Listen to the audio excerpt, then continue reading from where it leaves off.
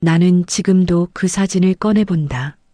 비설도 운의 숲길 입구, 연두빛 티셔츠에 나와 흰 셔츠에 그 사람. 우리는 웃었다. 그 웃음이 세상에 남은 마지막이 되었다는 걸 모른 채 그날 이후 나는 사진의 바깥을 말하게 되었다. 보이지 않던 것, 들리지 않던 것, 그리고 사라진 시간들을. 2023년 11월 서울 마포구의 작은 원룸. 나는 침대 시트를 갈다가 베개 밑에서 그것을 발견했습니다. 구겨진 폴라로이드 사진 한 장. 색이 바랜 가장자리, 손때 묻은 뒷면에는 희미하게 연필로 적힌 글씨. 2001, 7, 14. 비설도 운의 숲길 입구. 심장이 멎는 것 같았습니다. 사진 속에는 두 사람이 있었습니다. 26살의 나와 28배 남편 준혁. 흰색 티셔츠를 맞춰 입고 등산화 끈을 메고 있는 우리. 배경으로 보이는 낡은 나무 표지판에는 이렇게 적혀 있었습니다. 운의 숲길 정상까지 3.2km. 그리고 사진 한쪽 구석, 초점이 흐릿한 곳에 누군가의 뒷모습이 보였습니다. 검은색 야구 모자를 쓴 남자. 나무에 기대어 우리를 바라보고 있는 듯한 자세. 이 사진을 본 순간 22년 동안 봉인했던 기억의 문이 열렸습니다. 그날 우리는 돌아오지 못했습니다. 아니, 정확히는 나만 돌아왔습니다. 2001년 7월 13일 금요일 저녁. 이나, 내일 날씨 어떠대? 남편 준혁이 노트북 화면을 보며 물었습니다. 우리는 신혼석 달차였습니다. 서울 신림동 반지하에서 살고 있었지만 사랑만 있으면 행복했던 시절이었죠. 막다가 오후에 소나기래. 괜찮아. 오전에 다녀오면 되지. 준혁은 남해안 작은 섬 비설도로 가는 주말 트레킹을 계획했습니다. 회사 선배가 추천한 곳이었어요. 운의 숲길이 정말 환상적이야. 아침 일찍 가면 구름 바다를 볼 수 있어. 선배의 말에 준혁은 완전히 빠져들었습니다. 서인아, 우리 거기서 평생 함께하겠다고 약속하는 거 어때? 정상에 올라가서. 그때는 몰랐습니다. 그 약속이 우리의 마지막이 될 줄은. 다음날 새벽 5시, 우리는 88번 고속버스에 몸을 실었습니다. 남해안까지는 4시간. 거기서 다시 소형 여객선으로 40분을 더 가야 비설도에 닿을 수 있었습니다. 이렇게까지 가야 해? 처음에는 투덜거렸지만 배에서 본 새벽 바다는 정말 아름다웠습니다. 수평선이 분홍빛으로 물들고 갈매기들이 배를 따라 날았어요. 오전 9시 30분. 우리는 비설도 선착장에 내렸습니다. 섬은 작았습니다. 상주 인구 300명 남짓. 마을 하나, 초등학교 분교 하나, 그리고 섬 중앙을 가로지르는 운의 숲길. 그게 전부였습니다. 운의 숲길 가시려고요? 선착장 옆 가게 주인 할머니가 물었습니다. 우리의 등산 복장을 보신 거죠? 네, 정상까지 갔다 올 거예요. 요즘 사람들이 많이 가더라고. 조심해서 다녀오세요. 길이 험한 데도 있으니까. 할머니는 생수 2병과 삼각김밥을 챙겨주셨습니다. 점심 드시라고. 정상에 올라가면 매점 같은 거 없어요. 친절한 할머니에게 감사 인사를 하고 우리는 마을을 가로질러 숲길 입구로 향했습니다. 오전 10시 15분. 운의 숲길 입구. 낡은 나무 표지판 앞에서 준혁은 일회용 카메라를 꺼냈습니다. 폴라로이드였어요. 준혁의 취미였죠. 하나 찍자. 출발 기념으로. 찰칵. 사진이 뱉어져 나왔고 준혁은 흔들며 말했습니다. 나중에 액자에 넣어서 거실에 걸어놓자. 그때였습니다. 처음 그 사람을 본 것은 입구에서 20m쯤 떨어진 나무 밑에 한 남자가 서 있었습니다. 검은색 야구 모자, 검은색 바람막이, 어두운 선글라스. 나이는 40대 중반쯤으로 보였어요. 저 사람도 등산 가나 봐. 준혁은 대수롭지 않게 말했지만 저는 이유 없이 불편했습니다. 그 남자는 우리를 보고 있었어요.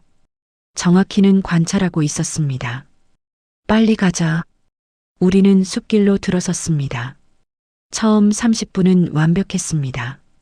울창한 편백나무 숲, 새소리, 가끔 들려오는 계곡 물소리. 준혁은 연신 감탄했어요. 진짜 선배 말이 맞네. 여기 완전 힐링이다.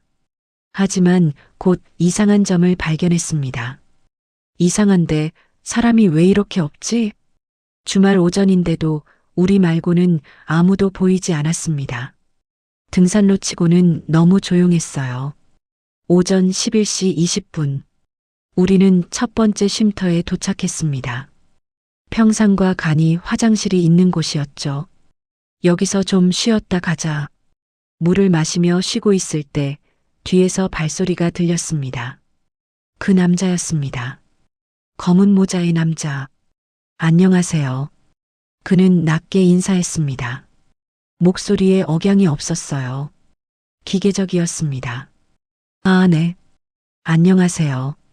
준혁이 어색하게 대답했습니다. 남자는 우리에게서 3미터쯤 떨어진 곳에 섰습니다. 그리고 담배를 꺼내 물었어요. 정상까지 가세요? 네, 처음인데 얼마나 걸려요? 2시간 정도. 경치 좋아요. 특히 정상 바로 전 전망대. 남자는 그렇게 말하고는 담배를 피우기 시작했습니다. 그런데 이상했어요. 담배를 피우면서도 계속 우리를 쳐다봤습니다. 선글라스 너머로도 느껴지는 시선. 우리 먼저 갈게요. 저는 준혁의 팔을 잡고 일어섰습니다. 더 있고 싶지 않았어요. 조심히 가세요. 남자의 말에 우리는 서둘러 쉼터를 벗어났습니다. 왜 그래, 이나? 그냥 그 사람 좀 이상해. 등산객인데 뭐가 이상해. 너무 예민한 거 아니야? 준혁은 웃었지만 저는 계속 뒤를 돌아봤습니다. 남자는 보이지 않았어요. 하지만 누군가 우리를 따라오고 있다는 느낌은 지워지지 않았습니다. 낮 12시 40분. 우리는 정상 바로 아래 전망대에 도착했습니다. 와, 말문이 막혔습니다. 전망대에서 바라본 남해는 그야말로 절경이었어요. 에메랄드빛 바다, 점점이 떠있는 작은 섬들, 수평선까지 펼쳐진 파노라마. 서인아, 여기서 사진 찍자. 준혁이 카메라를 꺼냈습니다. 우리는 전망대 난간 앞에 섰어요. 사진 찍어드릴까요? 갑자기 뒤에서 목소리가 들렸습니다. 또 그 남자였습니다. 심장이 철렁했습니다. 언제 따라온 거죠? 발소리도 들리지 않았는데. 아, 괜찮습니다. 준혁이 정중하게 거절했지만 남자는 이미 다가와 있었습니다. 제가 찍어드릴게요. 경치 좋은데 둘이 찍어야죠. 남자는 준혁의 손에서 카메라를 가져갔습니다. 선택의 여지를 주지 않았어요. 자, 붙어서 서세요. 찰칵, 찰칵. 남자는 2장을 찍었습니다. 그리고 카메라를 돌려주며 말했어요. 행복해 보이네요. 신혼부부세요? 네. 3달 됐어요. 좋겠네요. 평생 행복하시길. 그 말이 왜인지 섬뜩하게 들렸습니다. 그런데 혹시 남자가 말을 이었습니다. 정상까지 가시면 내려오는 길이 2개인데 오른쪽 길로 내려오세요. 왼쪽은 공사 중이에요. 위험합니다. 아, 감사합니다. 준혁이 대답하고 우리는 서둘러 정상을 향해 올라갔습니다. 하지만 10분쯤 올라갔을 때 저는 뒤를 돌아봤습니다. 남자는 전망대에 그대로 서 있었습니다. 올라오지도 내려가지도 않고 그냥 우리를 지켜보고 있었어요. 준혁아, 뭔가 이상해. 뭐가? 저 사람 등산하러 온 게 아닌 것 같아. 계속 우리만. 그때였습니다. 휴대폰이 울렸어요. 준혁의 폰. 여보세요? 아, 형. 네. 지금요? 준혁의 얼굴이 굳어졌습니다. 무슨 일이야? 회사에서 긴급 연락 왔대. 프로젝트 서버에 문제가 생겼나 봐. 당장 들어가야 할 것 같은데. 지금 여기서? 미안해. 정상 포기하고 바로 내려가야겠다. 저는 안도했습니다. 솔직히 더 올라가기가 싫었거든요. 그래, 내려가자. 우리는 발걸음을 돌렸습니다. 하지만 내려가는 길은 쉽지 않았습니다. 올라올 때보다 더 가파르고 돌도 많았어요. 게다가 하늘이 점점 어두워지고 있었습니다. 오후 1시 50분. 길이 이상한데? 준혁이 멈춰섰습니다. 이 길 아닌 것 같은데. 올라올 때 이런 바위 없었잖아. 저도 느꼈습니다. 우리는 길을 잘못 든 것 같았어요. 지도 있어? 아니, 필요 없을 줄 알았는데. 그때 천둥 소리가 들렸습니다. 먹구름이 몰려오고 있었어요. 비 오기 전에 빨리 내려가야 해. 우리는 서둘러 걸었습니다. 하지만 갈수록 길은 험해졌고 나무들은 더 빽빽해졌습니다. 그리고 오후 2시 15분. 우리는 그것을 발견했습니다. 길 한가운데 나무에 묶인 빨간 천조각.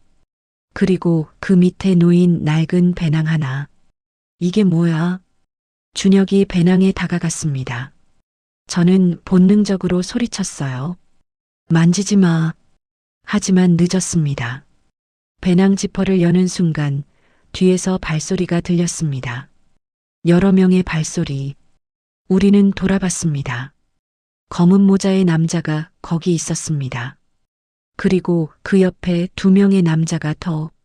모두 같은 차림. 검은 옷, 검은 모자. 길 잘못 드셨네요. 검은 모자 남자가 말했습니다. 이번엔 목소리가 달랐어요. 차갑고 날카로웠습니다. 여기는 오시면 안 되는 곳인데.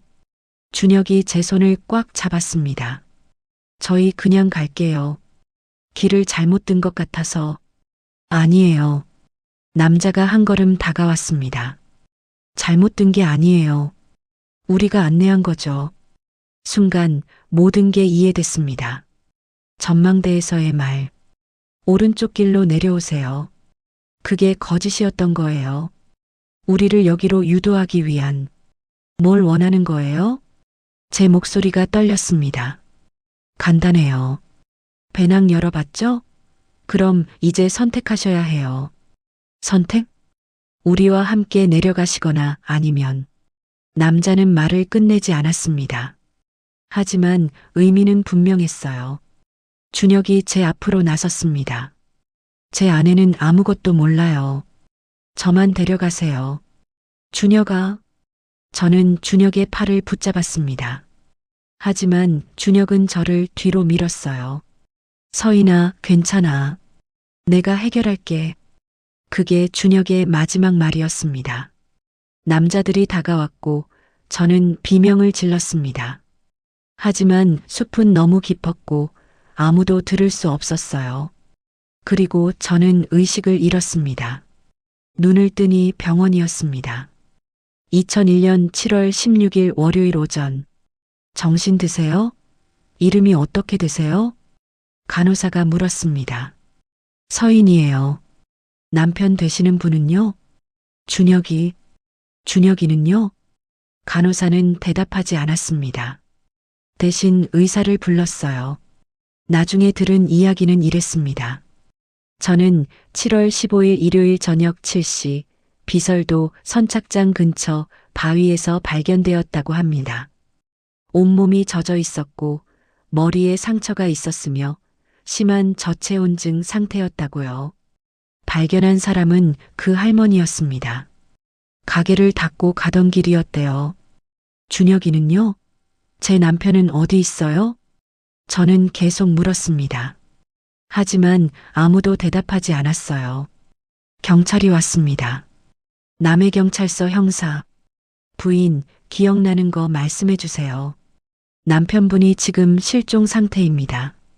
저는 떨리는 목소리로 모든 것을 이야기했습니다. 검은 모자의 남자들, 배낭, 위협, 준혁이 저를 지키려던 순간. 하지만 형사의 표정은 회의적이었습니다.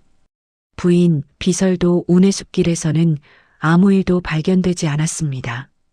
배낭도 없었고 빨간 천도 없었어요. 거짓말이에요.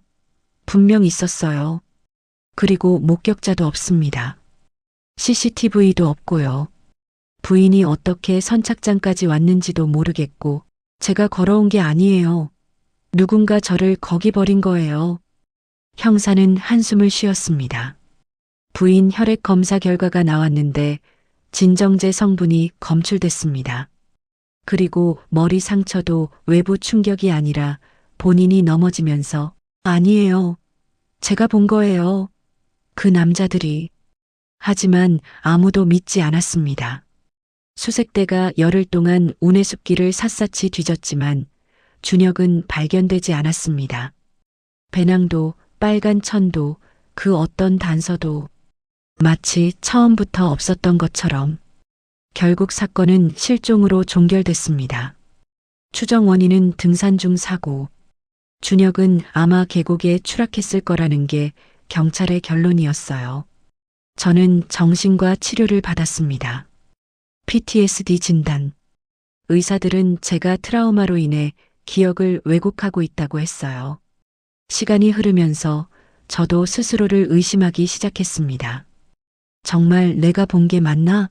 아니면 사고로 남편을 잃은 충격의 환각을 본 걸까? 22년이 그렇게 흘렀습니다. 2023년 11월로 돌아옵니다. 침대 밑에서 발견한 폴라로이드 사진. 저는 그 사진을 들고 경찰서를 찾아갔습니다. 하지만 담당 형사는 이미 은퇴했고 사건 기록은 보관 창고에 있었어요. 22년 전 사건인데 다시 조사하긴 어렵습니다. 형사의 말에 저는 포기하지 않았습니다. 이 사진 좀 봐주세요. 여기 뒤에 있는 사람. 이 사람이 저희를 미행했어요. 젊은 형사는 사진을 자세히 들여다봤습니다. 이거 포렌식 분석 맡겨볼까요? 요즘 기술이 좋아져서 해상도 복원도 가능합니다. 일주일 후 결과가 나왔습니다. 서인 씨, 이거 보세요. 형사가 보여준 화면에는 복원된 사진이 있었습니다. 뒷배경에 남자 얼굴이 선명하게 드러나 있었어요.